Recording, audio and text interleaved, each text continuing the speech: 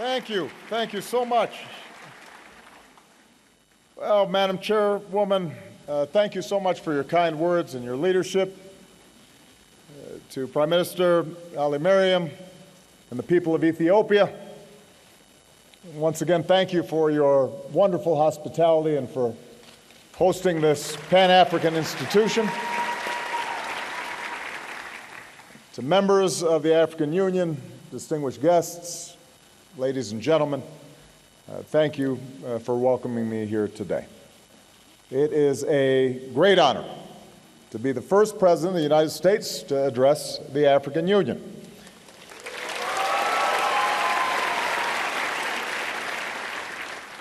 I'm grateful for this opportunity to speak to the representatives of more than 1 billion people of the great African continent. We're joined today by citizens, by leaders of civil society, by faith communities, and I'm especially pleased to see so many young people who embody the energy and optimism of today's Africa. Hello. Thank you for being here. I stand before you as a proud American. I also stand before you as the son of an African.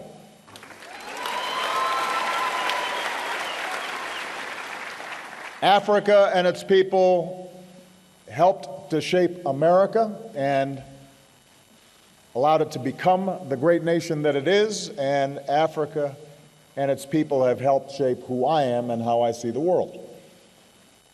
In the villages in Kenya where my father was born, I learned of my ancestors and the life of my grandfather, the dreams of my father, the bonds of family that connect us all as Africans and Americans. As parents, Michelle and I want to make sure that our two daughters know their heritage, European and African, in all of its strengths and all of its struggle.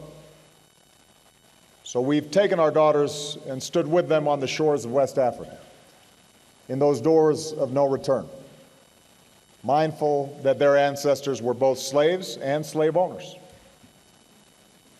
We've stood with them in that small cell on Robben Island, where Madiba showed the world that no matter the nature of his physical confinement, he alone was the master of his fate.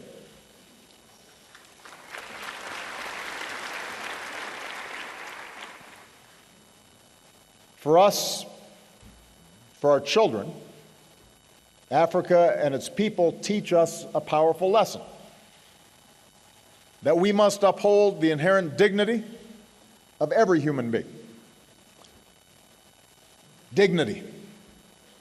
That basic idea that by virtue of our common humanity, no matter where we come from or what we look like, we are all born equal, touched by the grace of God. Every person has worth. Every person matters. Every person deserves to be treated with decency and respect. Throughout much of history, mankind did not see this. Dignity was seen as a virtue reserved to those of rank and privilege, kings and elders. It took a revolution of the spirit over many centuries to open our eyes to the dignity of every person. And around the world, generations have struggled to put this idea into practice in laws and in institutions. So too here in Africa. This is the cradle of humanity. And ancient African kingdoms were home to great libraries and universities. But the evil of slavery took root not only abroad, but here on the continent. Colonialism skewed Africa's economy and robbed people of their capacity to shape their own destiny. Eventually, liberation movements grew. And 50 years ago, in a great burst of self-determination, Africans rejoiced as foreign flags came down and your national flags went up.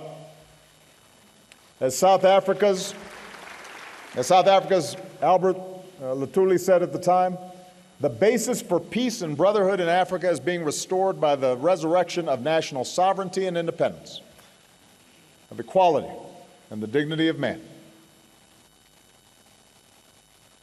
A half-century into this independence era, it is long past time to put aside old stereotypes of an Africa forever mired in poverty and conflict. The world must recognize Africa's extraordinary progress. Today, Africa is one of the fastest-growing regions in the world. Africa's middle class is projected to grow to more than 1 billion consumers, with hundreds of mobile phones, hundreds of millions of mobile phones, surging access to the internet. Africans are beginning to leapfrog old technologies into new prosperity. Africa is on the move. A new Africa is emerging. Propelled by this progress and in partnership with the world, Africa has achieved historic gains in health. The rate of new HIV/AIDS infections has plummeted. African mothers are more likely to survive childbirth and have healthy babies. Deaths from malaria have been slashed, saving the lives of millions of African children. Millions have been lifted from extreme poverty. Africa has led the world in sending more children to school. In other words, more and more African men, women, and children are living with dignity and with hope. And Africa's progress can also be seen in the institutions that bring us together today. When I first came to sub-Saharan Africa as a president, I said that Africa doesn't need strong men, it needs strong institutions. And one of those institutions can be the African Union. Here you can come together with a shared commitment to human dignity and development. Here your 54 nations pursue a common vision of an integrated, prosperous, and peaceful Africa. As Africa changes, I've called on the world to change its approach to Africa. So many Africans have told me, we don't want just aid, we want trade that fuels progress. We don't want patrons, we want partners who help us build our own capacity to grow. We don't want the indignity of dependence, we want to make our own choices and determine our own future. And as president, I've worked to transform America's relationship with Africa so that we're truly listening to our African friends and working together as equal partners. And I'm proud of the progress that we've made. We've boosted American exports to this region, part of trade that supports jobs for Africans and Americans. To sustain our momentum, and with the bipartisan support of some of the outstanding members of Congress who are here today, 20 of them who are here today, I recently signed the 10-year renewal of the African Growth and Opportunity Act, and I want to thank them all. Why don't they stand very briefly so you can see them, because they've done outstanding work.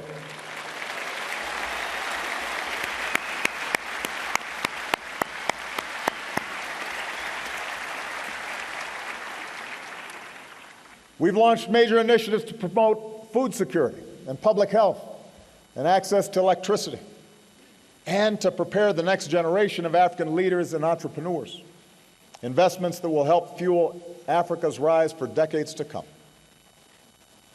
Last year, as the chairwoman noted, I welcomed nearly 50 African presidents and prime ministers to Washington so we could begin a new chapter of cooperation.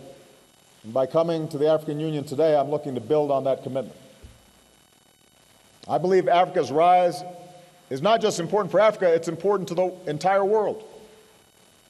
We will not be able to meet the challenges of our time, from ensuring a strong global economy, to facing down violent extremism, to combating climate change, to ending hunger and extreme poverty, without the voices and contributions of 1 billion Africans. Now, even with Africa's impressive progress, we must acknowledge that many of these gains rest on a fragile foundation. Alongside new wealth, hundreds of millions of Africans still endure extreme poverty. Alongside high-tech hubs of innovation, many Africans are crowded into shanty towns without power or running water, a level of poverty that's an assault on human dignity. Moreover, as the youngest and fastest growing continent, Africa's population in the coming decades will double to some 2 billion people, and many of them will be young, under 18. Now, on the one hand, this could bring tremendous opportunities as these young Africans harness new technologies and ignite new growth and reforms. Economists will tell you that countries, regions, continents grow faster with younger populations. It's a demographic edge and advantage, but only if those young people are being trained. We need only to look at the Middle East and North Africa to see that large numbers of young people with no jobs and stifled voices can fuel instability and disorder. I suggest to you that the most urgent task facing Africa today and for decades ahead is to create opportunity for this next generation.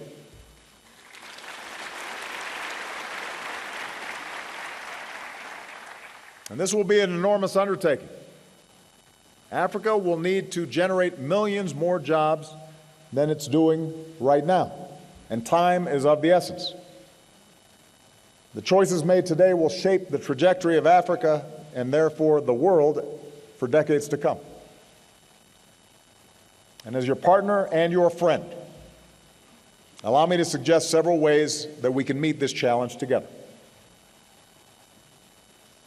Africa's progress will depend on unleashing economic growth, not just for the few at the top, but for the many, because an essential element of dignity is being able to live a decent life.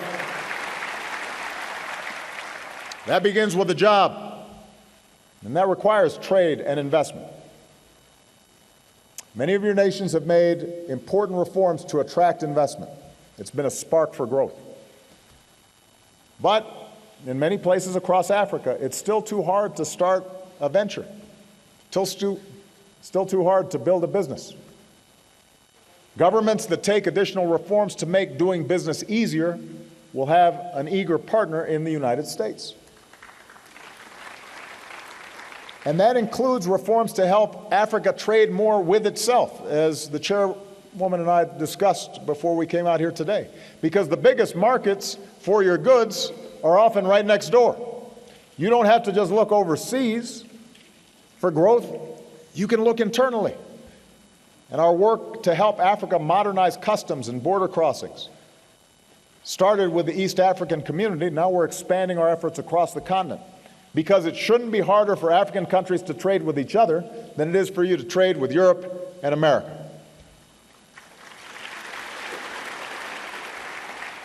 Now, most U.S. trade with the region is with just 3 countries: South Africa, Nigeria, and Angola. And much of that is in the form of energy. I want Africans and Americans doing more business together in more sectors, in more countries. So we're increasing trade missions to places like Tanzania, Ethiopia, Mozambique. We're working to help more Africans get their goods to market. Next year, we'll host another U.S.-Africa Business Forum to mobilize billions of dollars in new trade and investment. So we're buying more of each other's products and all growing together. Now, the United States isn't the only country that sees your growth as an opportunity, and that is a good thing. When more countries invest responsibly in Africa, it creates more jobs and prosperity for us all. So I want to encourage everybody to do business with Africa. And African countries should want to do business with every country. But economic relationships can't simply be about building countries' infrastructure with foreign labor or extracting Africa's natural resources. Real economic partnerships have to be a good deal for Africa. They have to create jobs and capacity for Africans. And that includes the point that Chairwoman Zuma made about illicit flows with multinationals, which is one of the reasons that we've been a leading advocate working with the G7 to assist in making sure that there's honest accounting when businesses are investing here in here in Africa, and making sure that capital flows are properly accounted for. That's the kind of partnership America offers. Nothing will unlock Africa's economic potential more than ending the cancer of corruption. And you are right that it is not just a problem of Africa, it is a problem of those who do business with Africa. It is not unique to Africa. Corruption exists all over the world, including in the United States. But here in Africa, corruption drains billions of dollars from economies that can't afford to lose billions of dollars. That's money that could be used to create jobs and build hospitals and schools. And when someone has to pay a bribe just to start a business or go to school or get an official to do the job they're supposed to be doing anyway, that's not the African way. It undermines the dignity of the people you represent. Only Africans can end corruption in their countries. As African governments commit to take action, the United States will work with you to combat illicit financing and promote good governance and transparency and rule of law. And we already have strong laws in place that say to U.S. companies, you can't engage in bribery to try to get business, which not all countries have. And we actually enforce it and police it. And let me add that criminal networks are both fueling corruption and threatening Africa's precious wildlife, and with it, the tourism that many African economies count on. So America also stands with you in the fight against wildlife trafficking. That's something that has to be addressed. But ultimately, the most powerful antidote to the old ways of doing things is this new generation of African youth. History shows that the nations that do best are the ones that invest in the education of their people.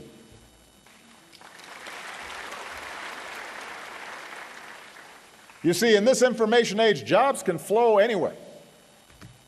And they typically will flow to where workers are literate and highly skilled and online. And Africa's young people are ready to compete. I've met them. They are hungry.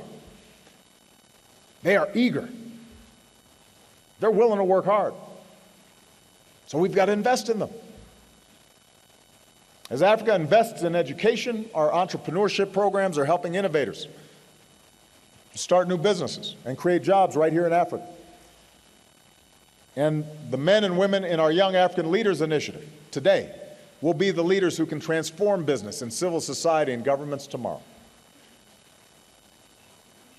Africa's progress will depend on development that truly lifts countries from poverty to prosperity.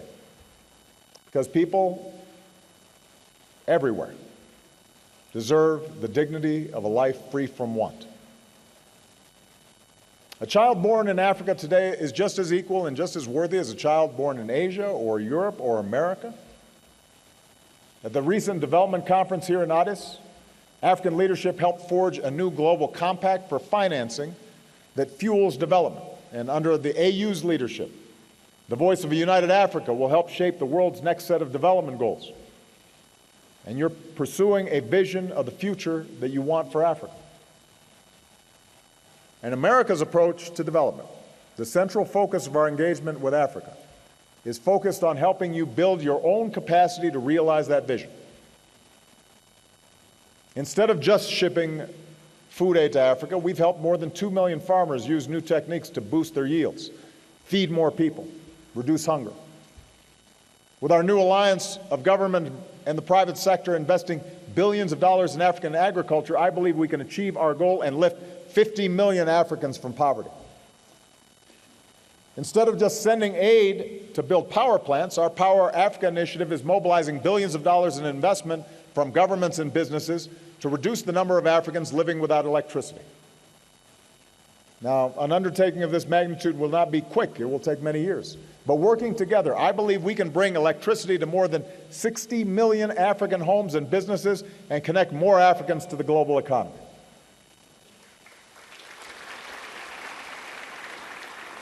Instead of just telling Africa, you're on your own in dealing with climate change, we're delivering new tools and financing to more than 40 African nations to help them prepare and adapt. By harnessing the wind and sun, your vast geothermal energy and rivers for hydropower, you can turn this climate threat into an economic opportunity. And I urge Africa to join us in rejecting old divides between North and South so we can forge a strong global climate agreement this year in Paris. Because sparing some of the world's poorest people from rising seas, more intense droughts, shortages of water and food is a matter of survival and a matter of human dignity. Instead of just sending medicine, we're investing in better treatments and helping Africa prevent and treat diseases. As the United States continues to provide billions of dollars in the fight against HIV/AIDS, and as your countries take greater ownership of health programs, we're moving toward a historic accomplishment: the first AIDS-free generation.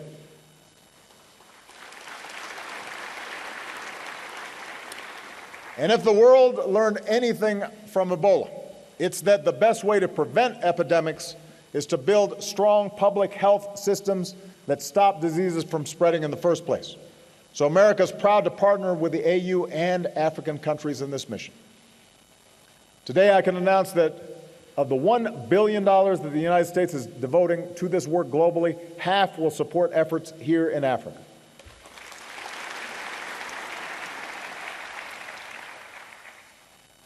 I believe Africa's progress will also depend on democracy, because Africans, like people everywhere, deserve the dignity of being in control of their own lives.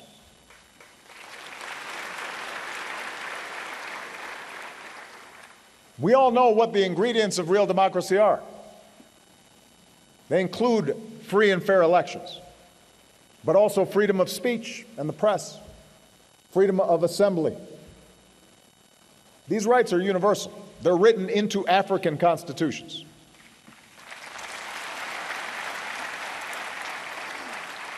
The African Charter on Human and People's Rights declares that every individual shall have the right to the respect of the dignity inherent in a human being. From Sierra Leone, Ghana, Benin, to Botswana, Namibia, South Africa, democracy has taken root. In Nigeria, more than 28 million voters bravely cast their ballots, and power transferred as it should, peacefully.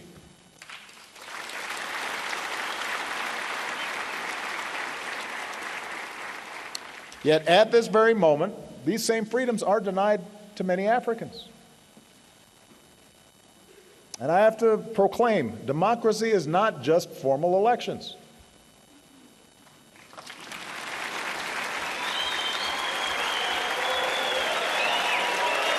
You know,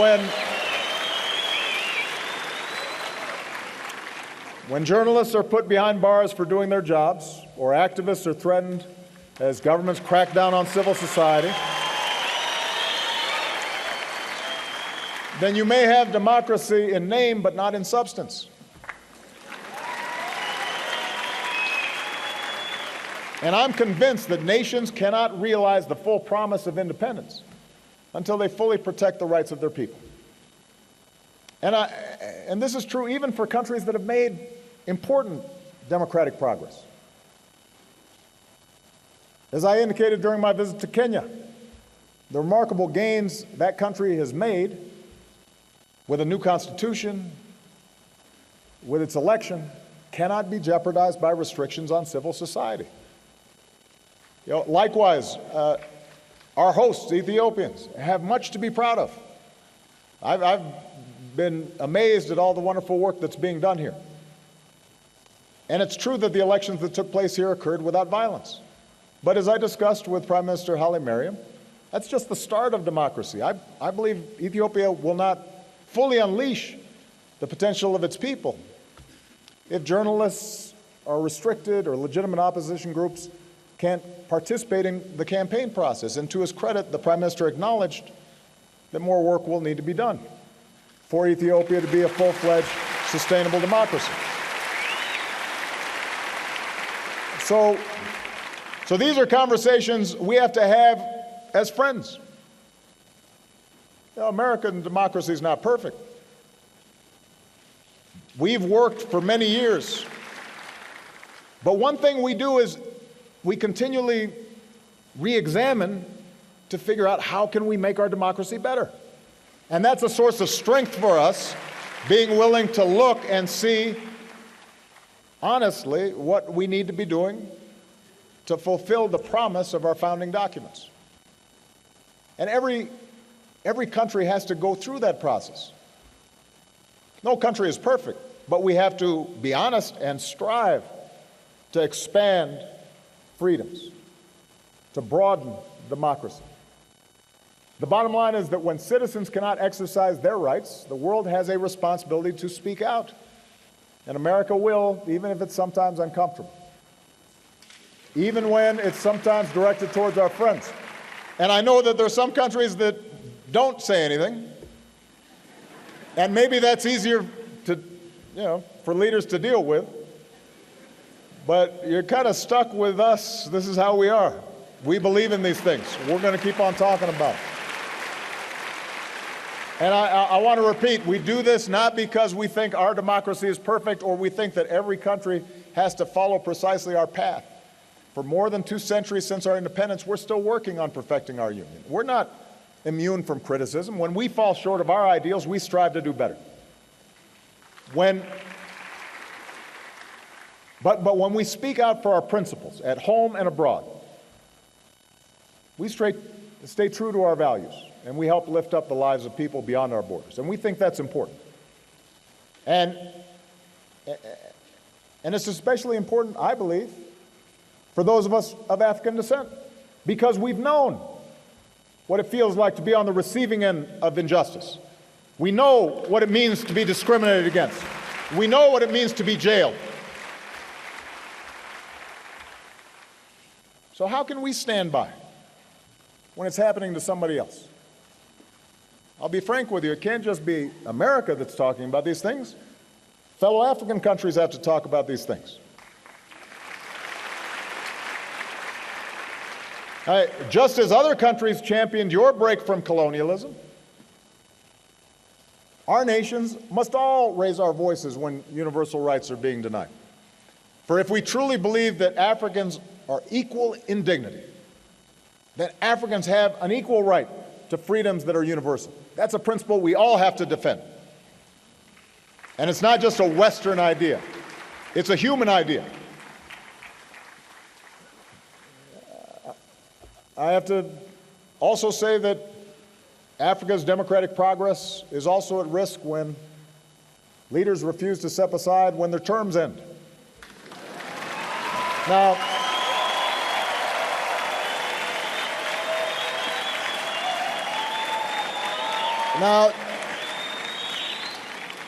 let me be honest with you. I do not understand this.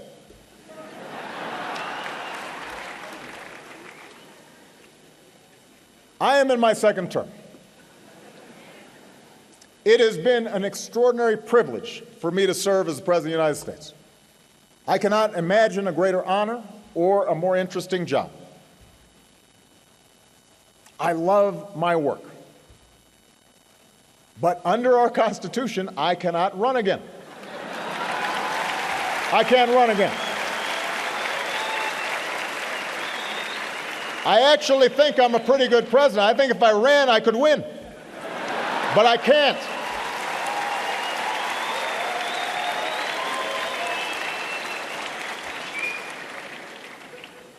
So there's a lot that I'd like to do to keep America moving, but the law is the law.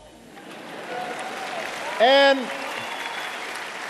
no one person is above the law, not even the president.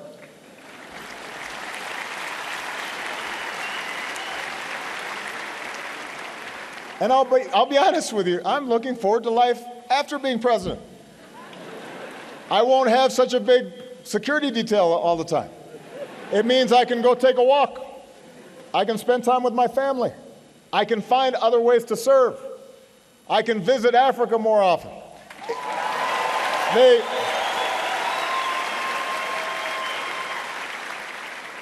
The point is, I don't understand why people want to stay so long. Especially when they've got a lot of money.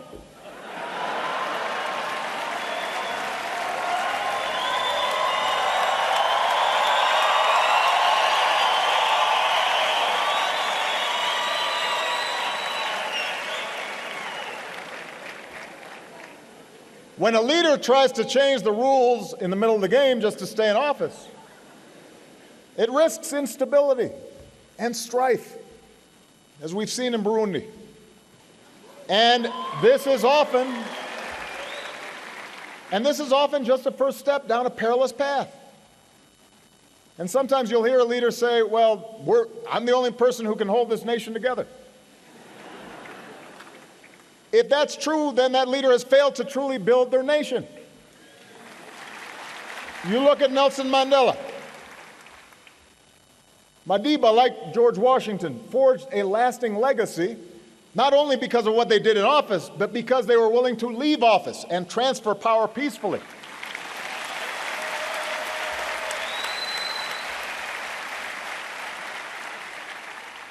And just as the African Union has condemned coups and illegitimate transfers of power, the AU's authority and strong voice can also help the people of Africa ensure that their leaders abide by term limits and their constitutions.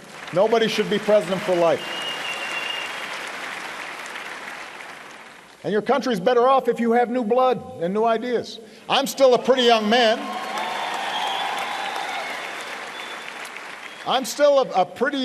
But I know that somebody with new energy and new insights will be good for my country. It will be good for yours too in some cases. Africa's progress will also depend on security and peace, because an essential part of human dignity is being safe and free from fear. In Angola, Mozambique, Liberia, Sierra Leone, we've seen conflicts end and countries work to rebuild. But from Somalia and Nigeria to Mali and Tunisia, terrorists continue to target innocent civilians. Many of these groups claim the banner of religion, but hundreds of millions of African Muslims know that Islam means peace. And we must call groups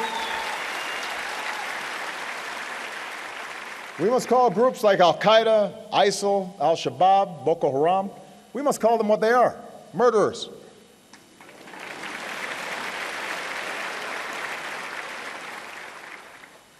In the face of threats, Africa and the African Union has shown leadership. Because of the AU force in Somalia, Al-Shabaab controls less territory and the Somali government is growing stronger. In Central Africa, the AU-led mission continues to degrade the Lord's Resistance Army. In the Lake Chad Basin, forces from several nations with the backing of the AU are fighting to end Boko Haram's senseless brutality. And today we salute all those who serve to protect the innocent, including so many brave African peacekeepers. Now, as Africa stands against terror and conflict, I want you to know that the United States stands with you. With training and support, we're helping African forces grow stronger. The United States is supporting the AU's effort to strengthen peacekeeping, and we're working with countries in the region to deal with emerging crises with the African Peacekeeping Rapid Response Partnership. The world must do more to help as well. This fall at the United Nations, I will host a summit to secure new commitments to strengthen international support for peacekeeping, including here in Africa. And building on commitments that originated here in the AU, we'll work to develop a new partnership between the UN and the AU that can provide reliable support for AU peace operations. If African governments and international partners step up with strong support, we can transform how we work together to promote security and peace in Africa. Now, our efforts to ensure our shared security must be matched by a commitment to improved governance. Those things are connected. Good governance is one of the best weapons against terrorism and instability. Our fight against terrorist groups, for example, will never be won if we fail to address legitimate grievances that terrorists may try to exploit, if we don't build trust with all communities, if we don't uphold the rule of law. There's a saying, and I believe it is true: if we sacrifice liberty in the name of security, we risk losing both.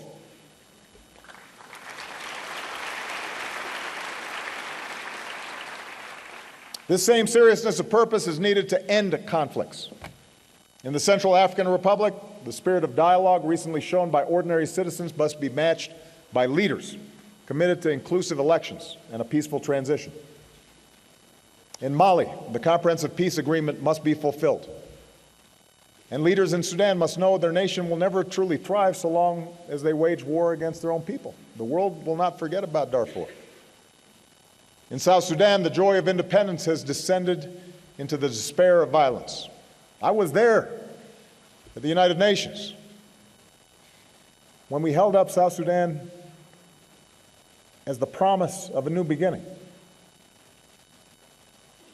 And neither Mr. Kiir nor Mr. Machar have shown so far any interest in sparing their people from this suffering or reaching a political solution. Yesterday, I met with leaders from this region. We agree that given the current situation, Mr. Kiir and Mr. Machar must reach an agreement by August 17th, because if they do not, I believe the international community must raise the costs of intransigence. And the world awaits the report of the AU Commission of Inquiry, because accountability for atrocities must be part of any lasting peace in Africa's youngest nation.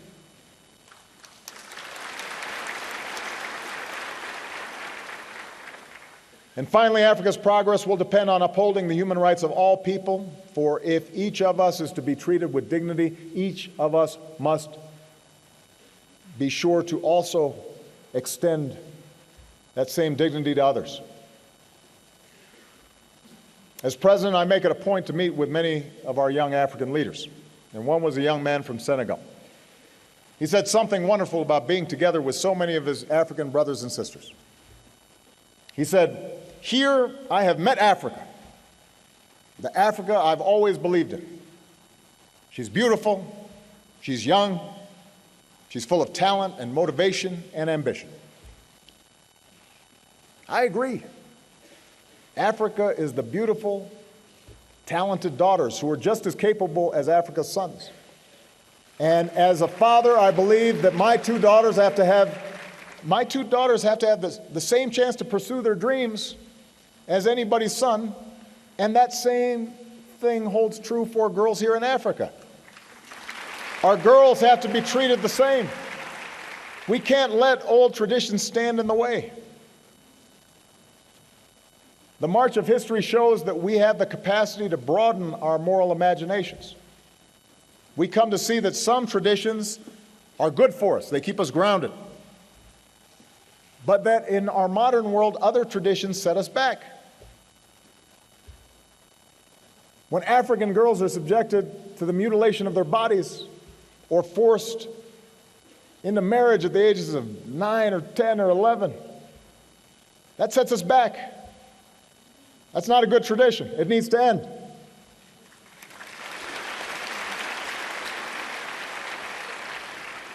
When more than 80% of new HIV cases in the hardest hit countries are teenage girls, that's a tragedy. That sets us back. So America's beginning a partnership with 10 African countries: Kenya, Lesotho, Malawi, Mozambique, South Africa, Swaziland, Tanzania, Uganda, Zambia, and Zimbabwe, to keep teenage girls safe and AIDS-free. And when girls cannot go to school, and grow up not knowing how to read or write, that denies the world future women engineers, future women doctors, future women business owners, future women presidents. That sets us all back. That's a bad tradition, not providing our girls the same education as our sons. I was saying in Kenya Nobody would put out a football team and then just play half the team. You'd lose. The same is true when it comes to getting everybody an education. You can't leave half the team off, our young women. So as part of America's support for the education and the health of our daughters, my wife, Michelle, is helping to lead a global campaign, including a new effort in Tanzania and Malawi, with a simple message. Let girls learn. Let girls learn so they grow up healthy and they grow up strong, and that will be good for families, and they will raise smart, healthy children, and that will be good for every one of your nations. Africa is the beautiful, strong women that these girls grow up to become. The single best indicator of whether a nation will succeed is how it treats its women.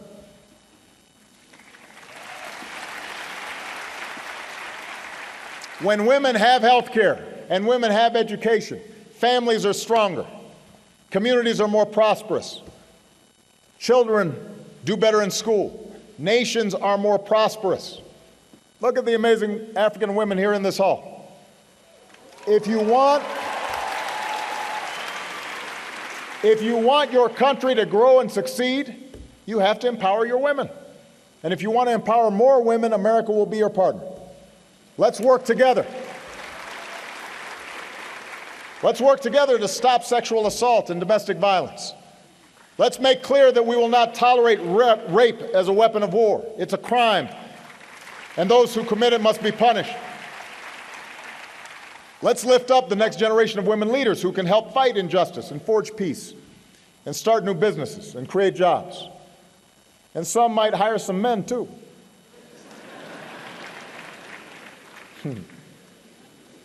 We'll all be better off when women have equal futures. And Africa is the beautiful tapestry of your cultures and ethnicities and races and religions.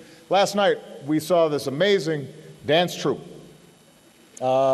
made up of street children who had formed a dance troupe, and they performed for the Prime Minister and myself. And there are 80 different languages, and I don't know how many ethnic groups. And there were like 30 different dances that were being done, and the Prime Minister was trying to keep up with, okay, I think that's one Zomoro, and they were moving fast. And that diversity here in Ethiopia is representative of diversity all throughout Africa. And that's a strength. Now, yesterday I had the privilege to view Lucy. You may know Lucy. She's our ancestor, more than 3 million years old.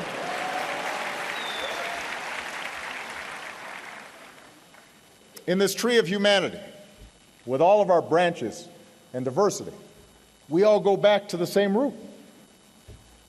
We're all one family. We're all one tribe. And yet so much of the suffering in our world stems from our failure to remember that, to not recognize ourselves in each other.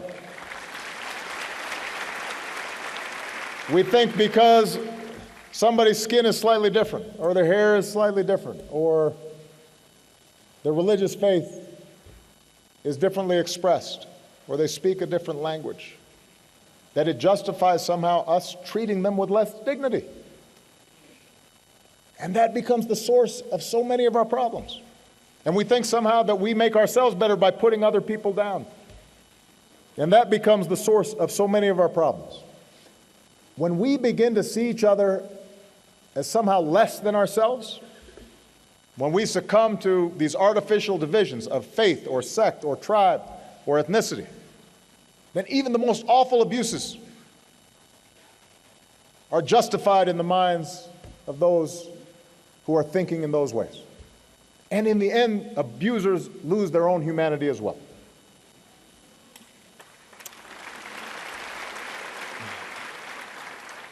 Nelson Mandela taught us to be free is not merely to cast off one's chains, but to live in a way that respects and enhances the freedom of others. Every one of us is equal. Every one of us has worth. Every one of us matters. And when we respect the freedom of others, no matter the color of their skin or how they pray or who they are or who they love. We are all more free. Your dignity depends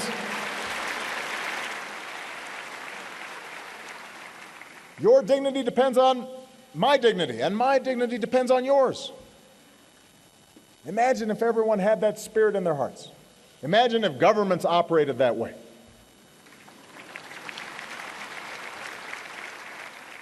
Just imagine what the world could look like, the future that we could bequeath these young people. Yes, in our world, old thinking can be a stubborn thing. That's one of the reasons why we need term limits. Old people think old ways. And you can see my gray hair, I'm getting old. The old ways can be stubborn, but I believe the human heart is stronger. I believe hearts can change. I believe minds can open. That's how change happens. That's how societies move forward. It's not always a straight line. Step by halting step. Sometimes you go forward, you move back a little bit. But I believe we are marching, we are pointing towards ideals of justice and equality. That's how your nations won independence. Not just with rifles, but with principles and ideals. That's how African Americans won our civil rights.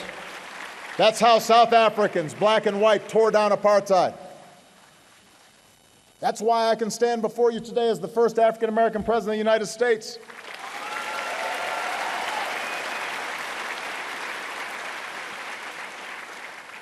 New thinking, unleashing growth that creates opportunity, promoting development that lifts all people out of poverty, supporting democracy that gives citizens their say, advancing the security and justice that delivers peace, respecting the human rights of all people. These are the keys to progress, not just in Africa, but around the world. And this is the work that we can do together. And I am hopeful. As I prepare to return home, my thoughts are with that same young man from Senegal who said, "Here I have met Africa, the Africa I've always believed in. She is beautiful and young, full of talent and motivation and ambition." To which I would simply add, as you build the Africa you believe in, you will have no better partner, no better friend than the United States of America. God bless Africa. God bless the United States of America. Thank you very much, everybody. Thank you.